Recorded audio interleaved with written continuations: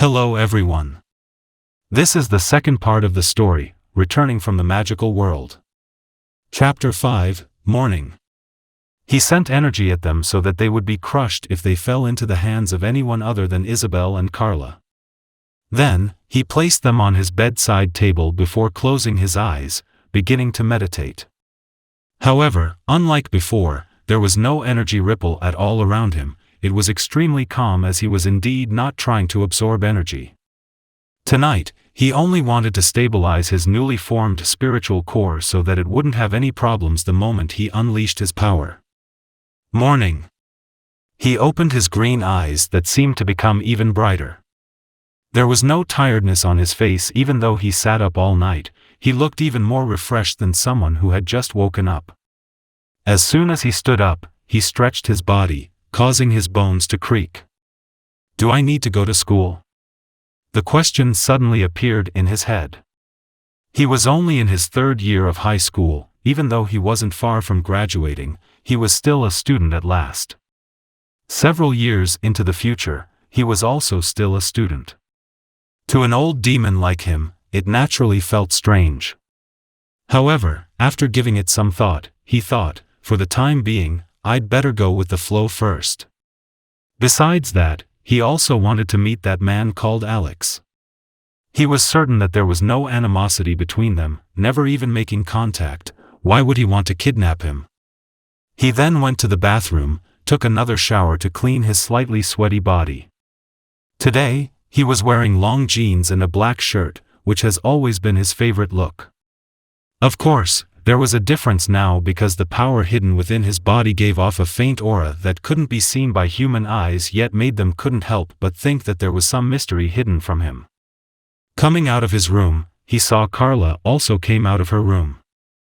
Her hair was neatly combed, she wore long jeans and a long-sleeved white shirt, looking like a professional woman. Good morning. Arthur greeted her, something he had never done before.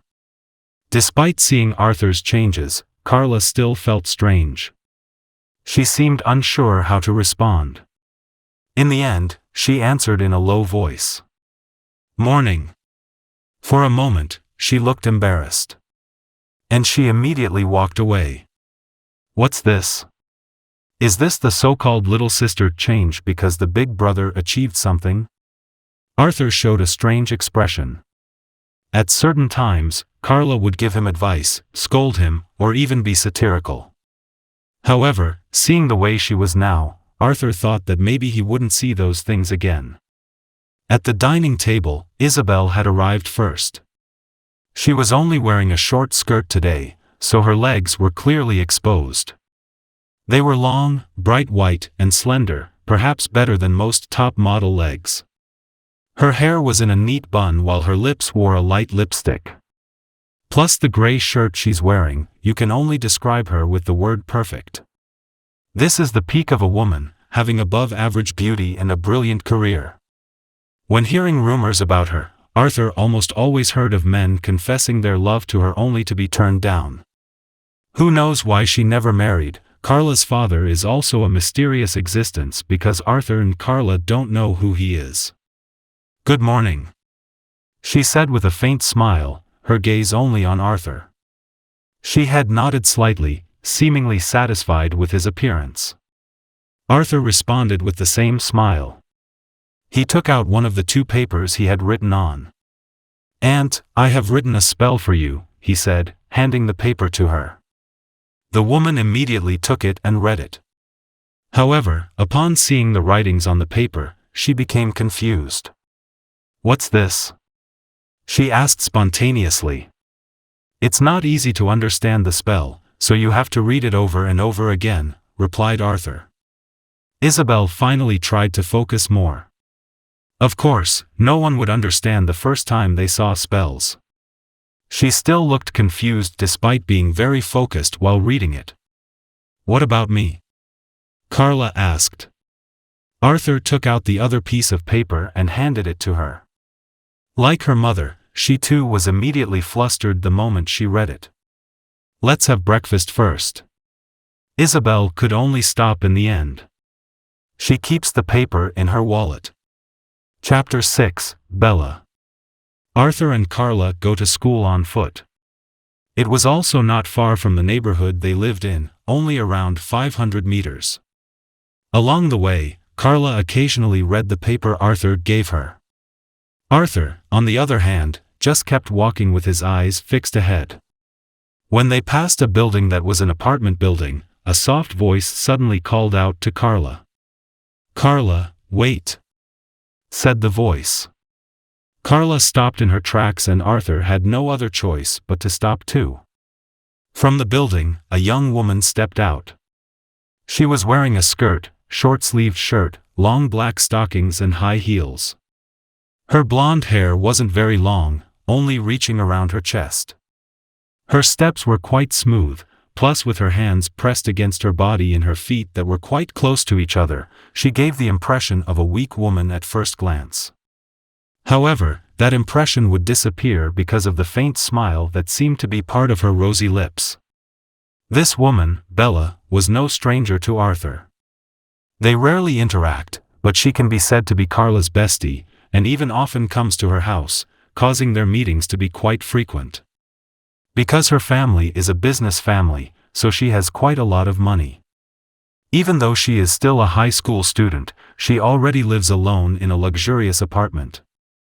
Carla and Bella greeted each other, then did a light hug. The latter stared at Arthur, her eyes moving from his face to his feet, looking slightly astonished. "Carla, I think there is a little difference with your cousin," she said. "Yeah." Carla didn't argue. She realized that others would think they had something to hide if she lied because Arthur's change had been quite noticeable. "He looks like a gentleman now. Immediately made a deep impression on me at first sight," Bella said again. Arthur didn't say anything, he took another step. While Bella wanted to take a step too, Carla stopped her. She wanted them to keep their distance so Arthur wouldn't overhear their conversation. Unfortunately, Carla was not aware that Arthur could hear quite clearly even 30 meters from him. "What made him change?" Bella asked. "It's a family secret," Carla replied. "She's really good at hiding things." "It's not because of some kind of ritual, is it?" "What rituals?" "Ritual of coming of age, from virgin to man." "You?" Carla was dumbfounded by Bella's words. "Am I right?" Bella became even more suspicious seeing Carla's expression. Were you the one who helped him become a man?" "Nonsense, nothing like that." Carla smacked Bella's hand. Bella knew how Carla lied and she didn't look like she was lying at all, so she didn't say that anymore, just smiled a little. "What, did you suddenly like him?" Carla looked at Bella suspiciously. The latter cleared her throat softly. She replied, "I'm just impressed. You know, an aloof guy but still looking cool is pretty rare." "So you're saying he wasn't cool before this?" "No, he's cool but not that flashy." "Humph, you're only looking at other people on their surface." "No, as a woman, you should know that we need something to provoke us." Bella brought her face closer to Carla's ear after saying that. With a strange smile, she continued, "Why do I get the feeling you would mind another woman taking your cousin?" Hearing that, Carla blushed for a moment. "You're crazy," she said. Their conversation made Arthur, who was walking in front, frown. He knew that women often spoke strange things among themselves. Not that he cared, but this time he was the one being talked about, and one of the people who spoke was his own cousin. Luckily, they had finally arrived at school, so the two women stopped talking. The school is an elite school, has a modern 5-story building, while in the schoolyard there are several sports fields. Even though the backgrounds of the students here varied quite a bit, most of them were smart students unless they entered through the back door. When Arthur arrived at the schoolyard, he stopped in his tracks. For a moment, he closed his eyes. "It seems someone is watching me," he thought. "Oh, no, not me, but Carla." He looked back. Carla was still walking side by side with Bella. Around her, there was nothing suspicious, but Arthur was quite sure of his senses. The reason he could feel that was because of the magic he had imbued into Carla's body. Yesterday me and now Carla, it's definitely nothing personal. If they were from an ordinary family, he wouldn't think this way, but Isabel, the head of their family, was a congresswoman. In certain situations, this is indeed possible. After all, there have even been congressmen who have been murdered. Arthur was curious, so he called his aunt. "What is it?" His aunt's voice echoed from his cell phone. Arthur replied, "Aunt, actually yesterday I was kidnapped by a group of people and today, I think another group is conducting surveillance on Carla." What? Isabel looked dumbfounded. Arthur quickly calmed her down. "Don't worry, Carla will be fine as long as I am here. Even if they are special forces, they need several hundred people to kidnap someone under my eyes." Isabel's breathing, which had become rapid, calmed down again because of Arthur's words. On the other hand, Arthur asked, "Aunt, what exactly happened?" He hardly ever followed political news, so he was completely in the dark. Maybe it's because of my support for the nuclear submarine building project. Some countries and some people on this continent are not happy about this," Isabel replied. Chapter 7, School Life. Arthur didn't change his expression after knowing the cause of all this. Europe was the center of civilization, having the strongest economy with many states and even several kingdoms. The politics here are naturally so complicated that anything can happen. "Arthur, do you want me to send some people over to help?" Isabel asked. Arthur replied, "That's not necessary. Let the enemy think we're unaware. I'll get rid of them when they appear." "All right, please be careful." The call ends there. Arthur tucked his cell phone in his trouser pocket and glanced back again. Carla and Bella had arrived right behind him. The former asked, "Who did you call?" "Your mother," Arthur answered, slightly surprising Carla. "Why did you call my mother?" she asked, furrowing her brows suspiciously. Arthur smiled and didn't answer. It wasn't that he didn't want to answer, but it wasn't right with Bella by her side. He was planning on texting her cell phone later. "Go to your class." He only said that before continuing on his way. It would be hard to find the people watching Carla. He guessed they were in a tall building, watching through binoculars. He couldn't look for them there, so he would wait for them to make a move. What the hell? Carla looked at Bella spontaneously because she didn't get an answer from Arthur. "He's weird," Bella said, and what she said made Carla think it had something to do with magic because that's all that was weird. She stopped thinking and took a step.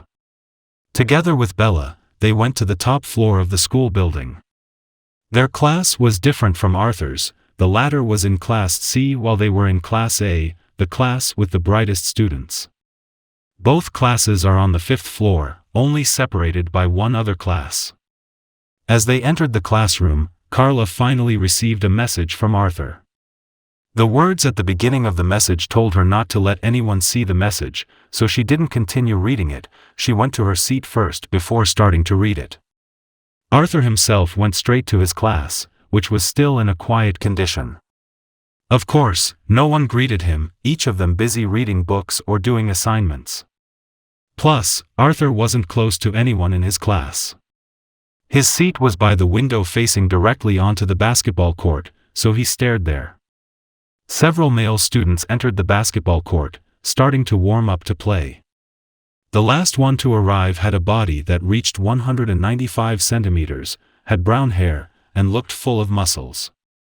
He received the ball and threw it into the basket and went in directly, earning applause from the girls. He was Alex, who could be said to be the most popular student in this school. Arthur watched him, just curious if there was something special or hidden from him.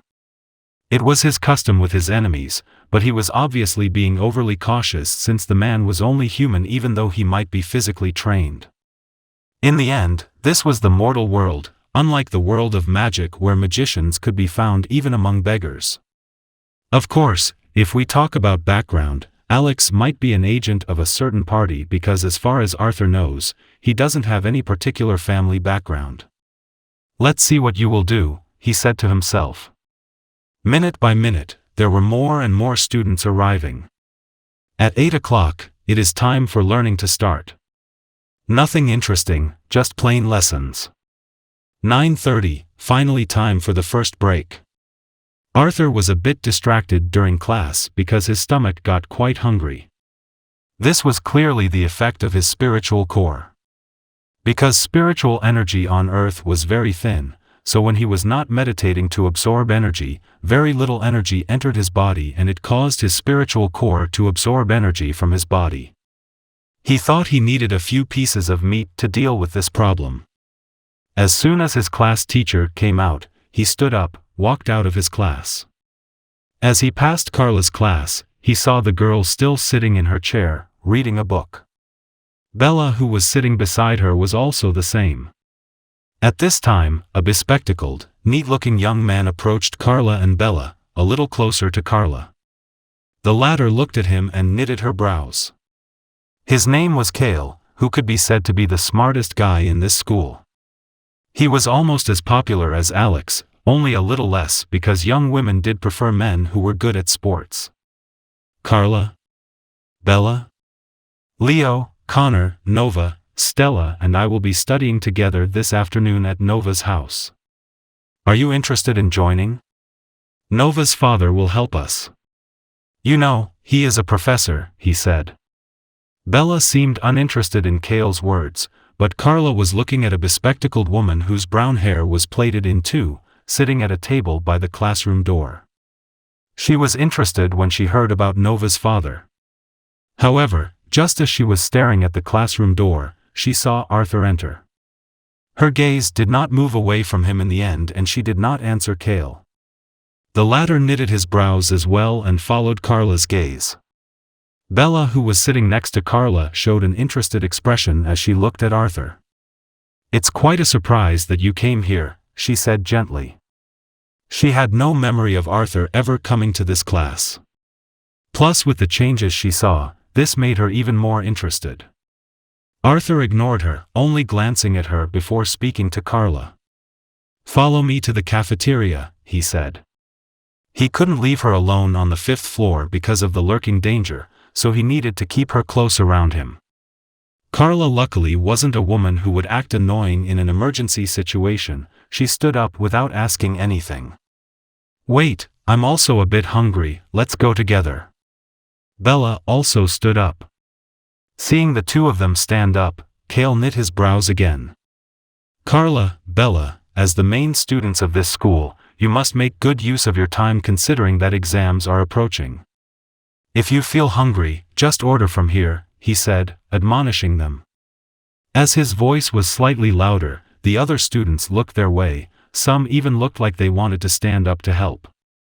Arthur, with his thousands of years of experience, how could he not understand the mind of this pubescent youth? He only has a crush on Carla and does a simple trick to get close to her. Of course, he had no interest in the stupid game. His hand moved, patting the young man's shoulder. You don't need to mind them, mind your own business, he said, slightly pushing his shoulders down and causing him to nearly fall. You? He was taken aback, but Arthur ignored him. He took a step to leave. Carla and Bella looked at each other with strange expressions. The former knew of Arthur's strength, but this was the first time she had seen him intimidate someone. In the past, he would avoid other people, never mind conflicts. Hey, what are you doing? Another young man suddenly stood in Arthur's way. His body was slightly larger, indicating that he was quite strong. Carla didn't like being bothered about their business either, so she said, Leo, it's none of your business. The young man that Leo called answered, Carla, Kale is right, we have to focus on studying so that our grades don't decrease. This isn't just our business, but the school's business as well to maintain its position as an elite high school. TSK. Tisk. Bella responded with a light laugh. She said, Leo, your grades are the lowest in the class, you don't have the qualifications to comment, think for yourself. You. Leo's face looked embarrassed. He knew arguing with women would do nothing and he also didn't want to antagonize them since these two women were among the most popular in school. In the end, he looked back at Arthur. However, before he could say anything to her, Arthur suddenly pushed him aside. "Don't get in the way," he said. Leo's body was bigger, he shouldn't be affected, and he thought like that, but as if something made his legs go weak, he slumped down in his chair. "What are you doing?" He became angry, not realizing something bad had happened to him. Arthur, Carla, and Bella ignored him, they were already out of class. Just as he was about to give chase, Cale stopped him. "Don't be provoked," he said. "He's Carla's cousin, right?" he asked. "Yeah, before that I thought he was the type that wouldn't do anything," Cale replied. Of course, unlike Carla and Bella, he didn't notice Arthur's changes because they never really interacted, unlike Carla who saw Arthur every day and Bella who saw him quite often. "You see, Bella seems to be attracted to him," Cale added. Leo seemed to think of something and suddenly smiled. "You're right, he will be in trouble if Alex finds out. Everyone knows that he likes Bella. However, isn't this not true? It's just a small matter, we shouldn't do anything bad." He seemed to be doubtful, but after saying that, he became somewhat astonished as he looked at Cale's expression. He looked somber. "I have a bad feeling about him. Carla is somehow very obedient to him. Even if they are cousins, she shouldn't be obedient like that. I also have several female cousins and they have never been so obedient to me even though I have the best achievements. Cale, you? This is ultimately none of Leo's business, he is only helping because they are friends, but that doesn't mean he agrees with him doing something immoral. You don't need to worry, I will talk to Alex myself," Cale said. He stepped away. Unfortunately, he didn't know that Arthur overheard their entire conversation as he was only a few meters from the classroom door. Chapter 8, Boss. The school cafeteria is in a different building from the school building. Walking together with Carla and Bella, Arthur attracted attention as if he was a handsome lion who suddenly appeared, not only the men but also the women. The latter party couldn't help but marvel, wondering if he was a new student. Being able to walk with two of the prettiest girls was one thing, but even with them, he didn't look awkward, or conversely, unduly proud. He was very calm, walking in front as if he was just walking alone, without looking left or right. In the end, it was Carla and Bella who became a little awkward since this was also their first experience. Usually, the guys they walked with would act like watchdogs. They quickly arrived at the cafeteria, which was still not very crowded as recess had just started. Arthur, who always liked the corner position, walked over to the table by the window. It has 4 seats surrounding it. He sat directly on one of them, confusing Carla and Bella. "Arthur, this is not a restaurant, we have to get our own food," said the latter, looking at the long table filled with trays of food. She couldn't help but be astonished since she too had only just now come to her senses. Arthur naturally knew it. He looked at her and said, "Cold tea and 3 pieces of meat, plus a plate of vegetables." "What do you mean?" Bella asked, confused. Same for Carla. "Do not understand?" Arthur smiled faintly. He explained, "You know, men make money and women prepare meals. I'm not talking about home life. Basically, when you're in my gang, you have to help with certain things in my life that suit you. In exchange, I'll help you take care of the things I can do." AAA. Bella and Carla were stunned by his words. The latter wonders if he's still her cousin while the former asks, "When did I become a member of your gang, and since when did you have a gang?" "Since you followed me, of course." Bella was silent for a while and then she laughed, holding her stomach to keep the sound from spreading too far. She said, "You seem to think of yourself as a boss. Good, I like that. If you are, then I don't mind being even your mistress." She turned around, took a step to the long table. At the same time, she said to Carla, "Wait here, I'll get your food too." Carla sat across from Arthur as Bella left, her gaze never leaving his face. "Arthur," she said. Arthur responded with an expression as if to say, "What's wrong?" The green-eyed girl didn't immediately continue, she seemed to be contemplating what she wanted to say. In the end, she sighed. "I'm not used to you," she said. "I'm still me," Arthur replied. He grabbed Carla's palm on the table, making her tremble for a moment. She stared at her palm, thinking Arthur's touch made her feel a sensation that was hard to describe. "Do you really want to be boss?" she asked. Arthur chuckled at the question. He used the term gang because it was an easier word for skullgurks, but, of course, that wasn't what he wanted. He looked up at the sky through the window and replied, "There are no boundaries in seeking power, whether it be magic or people. Bella is an interesting woman, has quite a lot of strengths, so she can be a part of my journey." Carla rolled her eyes with an expression at a loss for what else to say. Meanwhile, Bella was quite eye-catching because she was carrying a tray full of various dishes.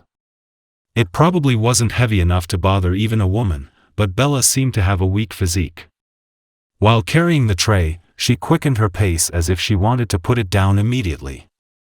Carla, who knew very well that Bella was lazier than Arthur in sports, looked poor on her. She looked like she wanted to help her, but Arthur's hand was holding hers as if signaling her not to do anything. Arthur then flicked his finger at Bella, who was still quite far away. A speck of spiritual energy shot out from his fingertip, flying towards Bella at a tremendous speed. It entered her forehead and disappeared into her body.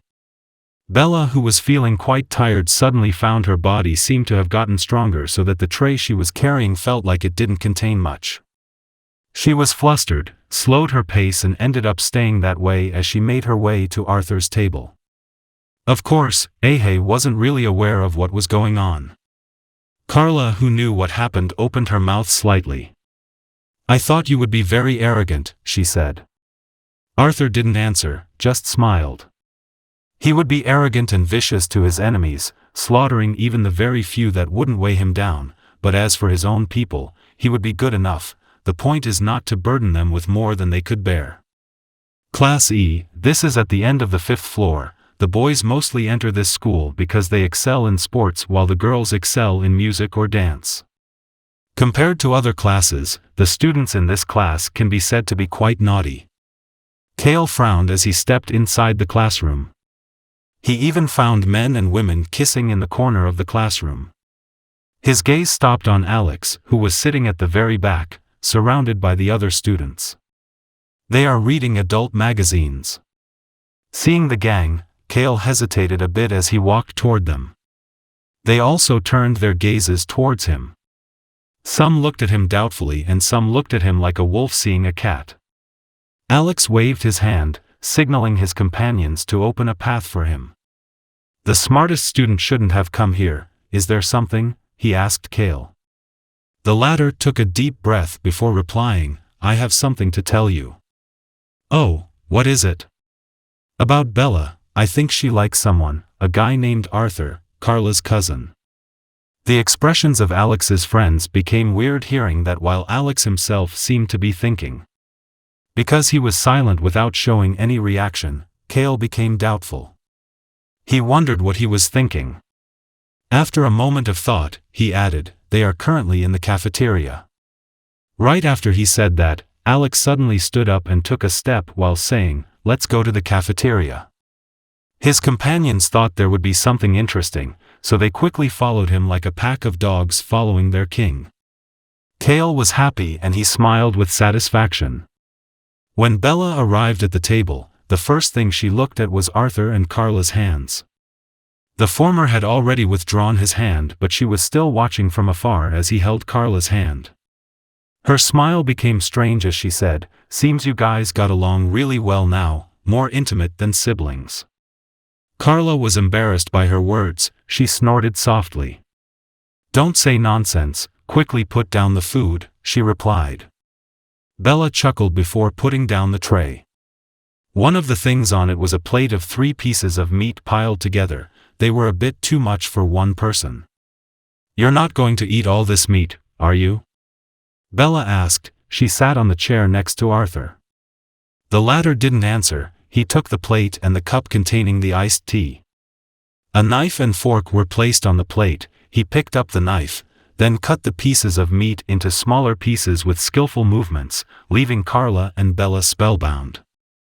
Right after that, he poked one of the pieces of meat with his fork before bringing it to his mouth. Everything he did was swift, but if you saw him, you would think it was a very elegant move. A noble would probably need a lifetime of practice to possess such an eating skill. Chapter 9, Just a Kid. Arthur continued to eat, quite fast, but in the eyes of others, it felt slow.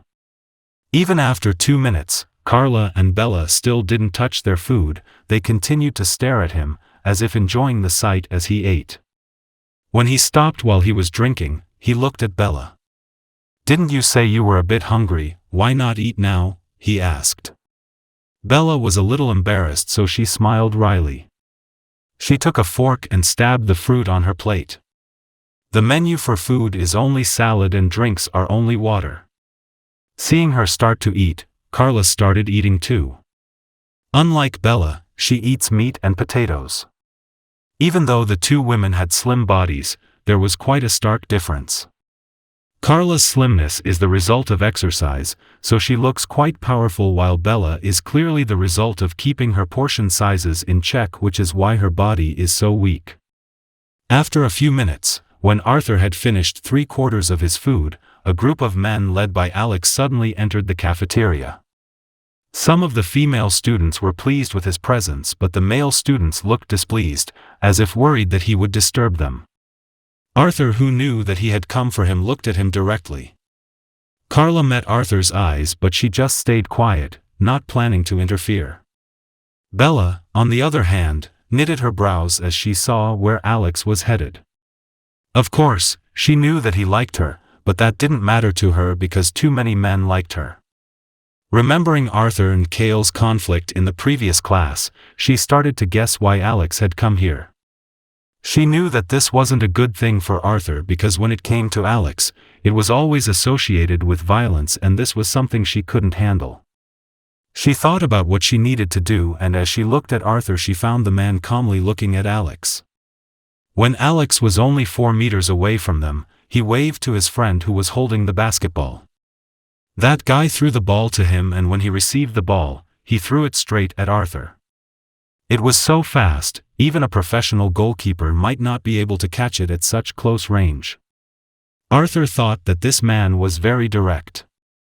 However, unlike the others, he knew that he wasn't doing that out of anger. He wanted to investigate his abilities, something that was quite clear on his face. No. Bella finally panicked when she saw the basketball moving fast towards Arthur. She is always relaxed, visible from the faint smile on her lips. Unfortunately, being physically weak makes her easily panic in the face of violence. "What are you worried about?" To her surprise, Arthur still managed to ask in such a situation. Right after that, she saw Arthur's hand moving quickly, grabbing the basketball, and it stuck to his hand as if there was glue on it. The students were stunned by the sight.